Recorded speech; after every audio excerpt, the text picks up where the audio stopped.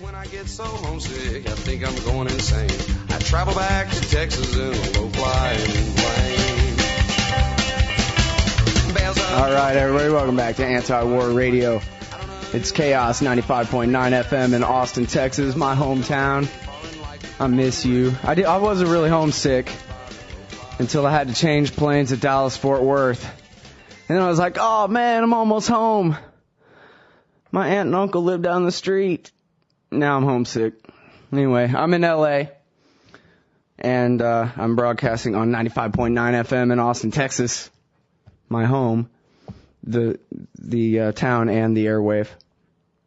And also streaming worldwide at chaosradioaustin.org and antiwar.com/radio. And our drug war story continues today with one of the most terrible dictators of the 20th century, Nelson Rockefeller. And a great article by Kevin Zeese at Op-Ed News called Escaping the Nixon Drug War Quagmire. He is executive director of Fresh Air, Clean Politics, and president of Common Sense for Drug Policy. Welcome back to the show, Kevin. How are you doing? Thanks for having me on, Scott. Good to hear from you again. Well, this is just a great article that you wrote here. And I guess if you can maybe just start with backing me up a little bit here. What role did Nelson Rockefeller play in the American drug war? I know that you'll talk about the Rockefeller drug laws in New York, but I think he played a wider role in that in the federal drug war as well. Isn't that right? Well, the major reason why he did the Rockefeller drug laws was because he was perceived as being this kind of soft liberal Republican from the Northeast, and he needed to fight in the Republican Party to be president. He put a lot of his money into presidential campaigns in 1960, 1964, 1968, and became vice president in 1974. And in 1968, of course, Richard Nixon declared the modern war on drugs, and so Nelson Rockefeller, needing to kind of balance that, pushed for some really tough sentencing laws in New York, and they were the toughest laws in the country at the time, and they stayed the toughest for a long time. I think Michigan finally passed a law that was tougher, but not for many years later. And essentially, 56 grams of possession of anything was treated like second-degree murder. So that was a pretty hefty offense. And it's amazing how long it took for New York and for the country, really, to face up to this problem. In fact, the Rockefeller drug laws became a model for mandatory minimum sentencing nationwide that were put in place in the United States in the 1980s, when Joe Biden, in fact, was chairman of the Judiciary Committee. He's now, of course, vice president. He was a drug war hawk, and he kind of followed the Rockefeller drug law model and made it a national policy. And that's one reason why the United States has, with 5% of the world's population, has 25% of the world's prisoners. It's a pretty embarrassing state of affairs for the land of the free to have 1 out of 4 of the world's prisoners. Yeah, 2 million people plus, I guess 2.3 I saw last, or something like that. 7 million people if you include everybody on parole or probation, paying monthly rent on their freedom, and having to go through all the different hoops that are, of course, designed to trap you into continuing to be on probation longer, or going back to jail time after time. The whole thing's this giant racket. Well, when you think of the probation, parole, and incarceration number, you're talking about 1 out of 31 Americans being under court supervision in some way. Now, 1 out of 31. Isn't that incredible? I mean, that's because everyone in America is just a beast, right? And exactly. We need this, or else we'll all just be tearing each other's eyes out. I think that's it's a really it makes us calling ourselves land of the free a joke. I mean, these are police state types of numbers when you have that kind of monitoring. That's the aggressive monitoring. 1 out of 31 people who are actually under court supervision. Of course, there's all sorts of other monitoring that goes on. Whether it's video surveillance or other police activities and undercover cops doing A, B, and C. I mean, that's one thing with the drug laws. When you're talking about drug laws, you're talking about something that people want to do. When someone buys drugs from somebody else, they want to buy those drugs. When somebody sells drugs to somebody else, they want to sell those drugs. So these are two, usually adults, agreeing with each other that they want to do this, and the only way for the law enforcement to get into it is to get into that deal. and that means undercover, that means informants, that means a very slippery slope toward a non-land of the free type of police state tactic. Mm-hmm. Well, and we can break that down too. I'd like to start with the all the different kind of mini Patriot Acts that the drug war inspired, not just the Rockefeller mandatory sentencing and all that kind of thing, but the ability of the FBI to just look at your bank account without having an official investigation into you or any probable cause to do so. Those kinds of mini Patriot Acts were going on for years and years, all the precedents for the war on terror. Whoa, you got a phone problem there? No, not at all. Is that me? I have no problem. Oh, well, I don't know what happened to that terrible audio. Maybe it's on my end there. Or I'll blame AT&T, or maybe that was the National Security Agency tapping. A recruiter organization tapping in the line there. Yeah. They can just flip a switch but no, you're far right. from here. In fact, before the 9/11 and the War on Terror, the major cause of erosion of civil liberties in the United States was the war on drugs.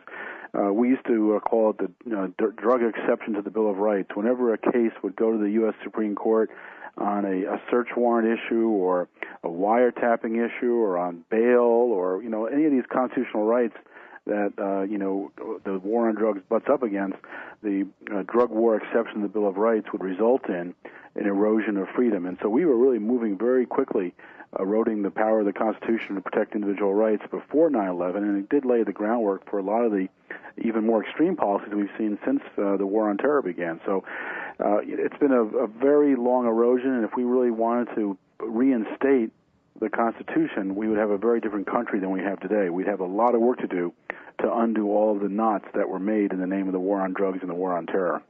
Mm-hmm. Another one of those aspects is the militarization of not just federal police, but local police, where I guess I forgot who wrote the great article, M16s for Mayberry, and how basically just every police department, 18,000 different police departments in this country, are now all militarized against drug users in their own little communities as though it really is a war. No question about it. And the militarization of law enforcement has been a very quick development. The 1970s, no police force had a paramilitary unit. Now over 90% of police have paramilitary units. And, the most common use of a SWAT team, a paramilitary unit, it's not a hostage takeover. Of course, there's so few hostage things. It's not a terrorist incident. Of course, there's so few terrorist incidents. The most common use of a SWAT team is to serve a drug search warrant. So it really is a very strange system. And now we see on the Mexican border, the president is talking about sending National Guard troops to the border. Well, President Obama should look at the history of the use of National Guard and military on the border. It goes back to President Nixon, who militarized the border with a program called Operation Intercept, where he searched 1 out of 3 cars crossing the border. The result was that the marijuana and heroin distributors switched to airplanes and boats and commerce and people, and so there was actually a glut of heroin and marijuana that followed that militarization. You can look at President Reagan, who actually used the U.S. military to try to intercept marijuana shipments coming in from Colombia, and the result of catching boats and slow planes that were dropping off bales of marijuana into the water. And the result of that was the Colombians switched to cocaine, which was smaller and easier to hide, and the military wasn't as good at getting, and so it resulted in the cocaine decade of the 1980s as a result of the use of the military. Or you can look at President Clinton, who used the Marines on the border, and just as Obama's starting to do with the National Guard, and he stopped that program when a Marine killed a high school student, Ezekiel Hernandez, in the town of Redford, Texas. And the kid was, the pride and joy of this small community. He had just come back from his driver's education class. He was out doing the job he had, which was herding the goats for the cheese co-op for the town, and the Marines shot and killed him. And that was the end of the use of the Marines. And now we have Obama following that path, and who knows what unintended consequence, what an unintended horror will come out of the use of the National Guard. And he is not, instead Obama is not confronting the real issue, which is that prohibition breeds this kind of crime and violence. What we're seeing in Mexico is not violence caused by people being high on heroin or cocaine. It's people fighting for turf. It's prohibition trade violence. We saw it during the alcohol prohibition era. We're seeing it again in Mexico. We saw it in American cities in the 1980s. There's still a lot of violence in many American cities, and so this is if we want to reduce violence, the result that what we should be talking about is how prohibition and using that approach to dealing with a health problem results in violence. Mm-hmm. Well, and I think there's a great way to teach that lesson about how it's just impossible. There is no. I think I forget if it was in your article or another one I was reading very recently said. Okay, so how do you win the war on drugs? What, one day we're going to have a real drug-free America or whatever? What a joke. Nobody really believes that. And I have a great kind of bipartisan way to explain the thing, I hope, to the left and the right in black markets and all the crime that comes with them, is for right-wingers who are for gun rights and liberals who are against them, look at what would happen if we outlawed guns in this country. Left-wingers, what would happen is exactly what happens when you outlaw drugs, is you turn the market over to criminals. And then we'll still have guns everywhere, but then only the government and the criminals will have them, and no more law-abiding gun dealer folk for someone like you to go down and buy a way to protect yourself from. And for right-wingers, you got to understand, as much as you know that's true, the same thing applies for drugs. If you outlaw drugs, you just turn them over to criminals. It's the same as if you outlaw prostitution or gambling. You only make a market black. You don't get rid of it. You just make it a giant crime-infested nightmare, just like prohibition, just like the whole country learned the lesson of prohibition of alcohol. Yeah, we wish the country learned that lesson and is not repeating it now. Unfortunately, it seems to be repeated. And what you see with a prohibition of drugs is that the people in charge are the gangs and the distributors who are acting illegally, who are acting for profit. And what also happens, you see, is the drugs getting more and more pure and more potent, because higher potency, higher purity means higher profits and easier to smuggle. And the goal of drug dealers who are breaking the law is not to get caught. So something small like crack is much better than something powder like cocaine. Higher quality marijuana is better than lower quality marijuana. If you can transport less of it and make a bigger profit, that's better. So it actually pushes us toward more and more potent, more and more pure drugs, and that's a danger. But sadly, some people really do believe that we can have a drug-free America. In fact, the United Nations put out a policy 10 years ago that they're just revising now, and the name of the policy was a drug-free world by 2008. And that was the name of the policy. That was the goal of the policy, to create a drug-free world by 2008. That's so funny. I just saw the recent Futurama where Richard Nixon, who is responsible for so much of this, is the president of the world, and they were talking. Fry almost got killed by the suicide booth, and it said, Acme suicide booth since 2008. I thought, yeah, that sounds about right. Nixon, I think, is a really good person to bring up right now, because with the Rockefeller drug laws, you have to remember the political context. Nelson Rockefeller was battling with Richard Nixon, for leadership of the party to try to get the presidential nomination. Nixon won by being, in part, tough on drugs and declaring the war on drugs in 1968. And what happened during Nixon's administration that was so important was that a National Commission on Marijuana and Drug Abuse issued a report. And this was not a commission that favored legalization from the outset. This was the head of the commission was Governor Raymond Schaefer of Pennsylvania, whose claim to fame in the drug field before being made head of this commission by Richard Nixon was that he believed that if you took LSD and looked at the sun, you would go blind. So that qualified him to be the chairman of the commission, But after a couple of years of research and talking to experts and reviewing the literature, they actually came to very sensible conclusions.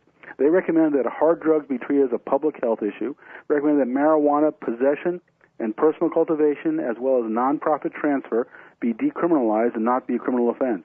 Very sensible policy recommendations, and they documented why it made sense.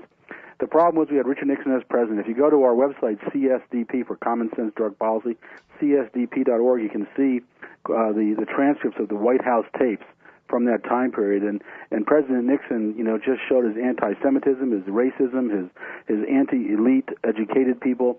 When that commission report came down, I think he said something along the lines of, to Bob Haldeman, "Jesus Christ, Bob, what's the matter with those Jews?" I think it's because they're all psychiatrists, and how he was opposed to what happened. And in the end, Nixon upped the ante on the drug war rather than following the advice of the commissioners. he actually increased enforcement. We saw marijuana arrests increase 100,000 in 1 year after it was recommended that it no longer be a crime, and now we're up to about 800,000 marijuana arrests a year, still 90% for possession. What makes the story really interesting is at the same time that the U.S. government had this national commission, the Dutch also had a national commission. And the Dutch, unlike Nixon, followed the advice of their experts. And they put in place a public health-based approach to drug policy. They moved toward allowing the sale of marijuana to people as young as 16 years old. And the result has been, after all these decades of these two governments going in totally different directions, the Dutch have one half the marijuana use rate that we have in the United States. They have 1/3 the heroin use rate, 1/4 the cocaine use rate, and 1/7 the number of people incarcerated, all per capita, all based on per person of the population. So they've had a successful policy that's reduced HIV, prison, and drug abuse, and we've had a very unsuccessful policy that has spread HIV through sharing dirty needles, that has created a gigantic prison population, probably one of the biggest in world history, and a very extensive policy that's not working. And we have high levels of drug use, we have high levels of emergency room admissions, high levels of overdose deaths. We have a policy that has totally failed. And President Obama, who's come in saying he wants to follow the science, he wants to follow the research, he wants to base policy on fact and not fiction, needs a total reevaluation of this policy. This is one of the most obviously failed policies we've had since the era of Nixon, and it's time for us to break out of the Nixon drug war quagmire. Yeah, well, and the funny thing is, it's incredibly brave of you to say so, Kevin Zeese. In this society, in fact, my previous guest, I brought up legalizing cocaine, and he went, whoa, whoa, whoa. What you're saying is you have to legalize heroin. Look at what we're doing. We're spreading AIDS around. You got people overdosing and dying because they can't bet correctly on the purity of the junk that they're doing. Is this what we want to do to our addicts? What are we doing to ourselves here? Well, and yet nobody's brave enough to say that except you, apparently. Well, that's not just me. There's a lot of people working for drug policy reform. There's a lot of great organizations doing really excellent work. And if people want to get involved in the drug policy reform movement, they should go to csdp.org, and you'll find links to all sorts of drug policy groups, both locally and nationally, you can get involved with. I would say this, though, about hard drugs. There are experiments around the world dealing with heroin particularly, where legal supplies are allowed, where an addict goes to a clinic, purchases the heroin at legal prices, not illegal prices, so it's like 1/100th of the price of the black market or the underground market, purchases the heroin and uses the heroin at the clinic. And Switzerland was the country that really pushed this issue forward first. And what they found was that it not only did it had some surprising effects. First off, it reduced crime by 50% for those who were involved in the program. Their crime just dropped because they no longer had to steal or prostitute or sell drugs to pay for their own habit. They could buy it for 1/100th of the cost in a legal source. Secondly, there were no overdose deaths. Third, there was no spread of HIV. Fourth, these people started to build their lives up. They were able to get housing. They were able to get jobs. They were able to build relationships with their family. And the biggest surprise was, about a year after people got into this program, many of them wanted to stop using heroin. Even though they had a legal supply, they were ready to stop because heroin had been a crutch for all sorts of the problems in their life. And if they could solve the problems of employment and family and housing and begin to build their life back up, they didn't need heroin as much. And so the Swiss now have this program. They've had it now for about more than 10 years, and they call it heroin-assisted treatment because by providing heroin legally to addicts, you help them get their life straight, and then you can provide them the services to break their heroin addiction. It's quite a remarkable thing. It's now being duplicated in other countries around the world. It's time for the United States, especially in cities like Baltimore and San Francisco that have multi-generational heroin addiction problems, to start some experiments on this, some pilot programs, so we can see if this works. I know it will work, and if we do some pilot programs, we'll see it works, and people get more comfortable with it because it's a win-win-win for everybody, not just for the addict. It reduces criminality, reduces crime against property and people. It reduces the spread of disease. It just has so many positive effects on the cities where it's being used that it makes no sense for us to continue to do the same thing we've always done, which results in high levels of crime, high levels of disease, high levels of overdose, high levels of emergency room admissions, no real positive benefits from our current approach. We can actually reduce heroin use and reduce the problems of heroin use if we take this approach. And I imagine we can do the same with cocaine if we start those kind of experiments as well. Mm-hmm. Well, and I know people who had cocaine problems and were forced by the state to go into mandated rehab and so forth. And they almost, in fact, in one case, I think probably my friend probably stayed a cokehead longer, just kind of to defy them. And he finally gave it up on his own when he decided he wanted to give it up on his own, and then he did. You know, it's been more than a year now, in fact, that my friend is clean, and it's because he chose to decide to not be a cokehead anymore. That's all. One of the great scams, I think, of our treatment approach is that the vast majority of people who go into drug treatment are forced to go into drug treatment by courts and by police. And to me, that makes absolutely no sense. That's no way to give out a health service, to provide a health service. It makes much more sense to make treatment widely available, on request, easily and affordable. If we did that, we would do more to reduce crime and drug abuse than all the drug courts and all of the police arrests combined. Putting the emphasis on making treatment widely available to addicts is part of a public health approach. And there's a number of details we go into about that, but just as a general matter, let's make treatment available on request before we start to coerce people into treatment. The other thing that's good about that is it forces the treatment industry to provide a service that people want. Not, you know, they don't get handed clients as a threat of prison, but instead they actually provide a service that pulls people in that, you know, want to get into a treatment program and, like your friend, are ready to get off of using cocaine. They can choose to do so and do it more easily if they have treatment services widely available. But instead we pour our money into police and to courts and to prisons, and it's a failed approach and a failed strategy. Mm-hmm. Well, now, are they starting to do something then in the New York legislature to get rid of the Rockefeller drug laws? Yeah, no, last week both the House and the Senate passed a law that greatly reduced the negative impact of the the Rockefeller drug laws. They essentially gave, in many cases, they gave courts the option to deal with a treatment approach rather than a mandatory sentencing approach. They didn't do that for all crimes, but, you know, the large dealing situations continue to be facing a mandatory sentence. They did do that with the vast majority of drug cases. That will really free up the courts and the prisons to handle this in a more sensible way, not this kind of simplistic, possess this amount of money, go to jail for this amount of time, but instead look at each individual case and recommend the kind of solution that makes more sense. That's a benefit. That's a step in the right direction away from this mandatory sentencing approach. We need to trust judges more to make rational decisions. We put them in there to look at each individual case and make a decision that makes sense for that individual.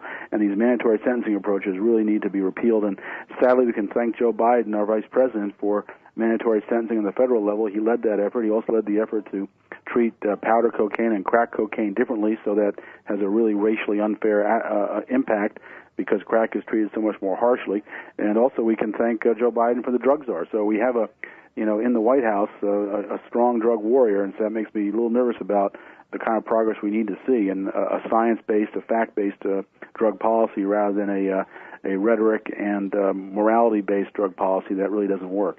Well, the good thing is Joe Biden has no shame at all, so he could turn on a dime if it was politically expedient. I guess we can, be thankful for that. And speaking of which, what do you make of Senator Webb's proposal to create a commission or something to look into? It sounded pretty extensive. He wanted to address a lot of these same issues you're talking about. Yeah, Senator Webb is really taking a great action in this. Of course, we use who the details are, and there'll be a meeting later this week. I'll be going to talk to his staff about that, and with a bunch of other criminal justice and drug policy reform advocates, and it's really a bright light right now, and I really think that might be the way out. A national commission that would actually look at the science, look at the research, make decisions based on facts, I think will come to the obvious solutions, because the facts are so much on the side of a non-prohibition approach, a public health-based approach to dealing with drugs. And I think Senator Webb sees the incarceration rate, where we have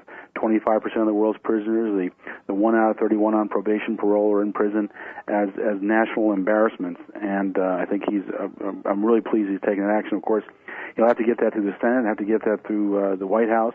And I'm also hopeful that the appointment that President Obama has made to the drug czar's office, the former police chief of Seattle, is also a positive sign. Seattle's a city that's put in place a lot of positive reforms in the last a decade, and Karlofsky's been there for about half that time, and he helped to put in place making marijuana the lowest enforcement priority. He helped with allowing needle exchange and easier methadone maintenance, and he even set up tables in the heavy drug using areas of town that he called arrest-free zones, where people who were under arrest warrant could come and access social and health services without facing arrest, and that worked very well as well. So I'm hopeful that the new drug czar will be someone who will be pragmatic about trying to really solve these problems, rather than playing fear rhetoric about the horrors of drug abuse. I mean, no one is advocating drug abuse. No one is in favor of people becoming addicted to drugs. That's not the question. We all want to find a sensible policy. What we're saying is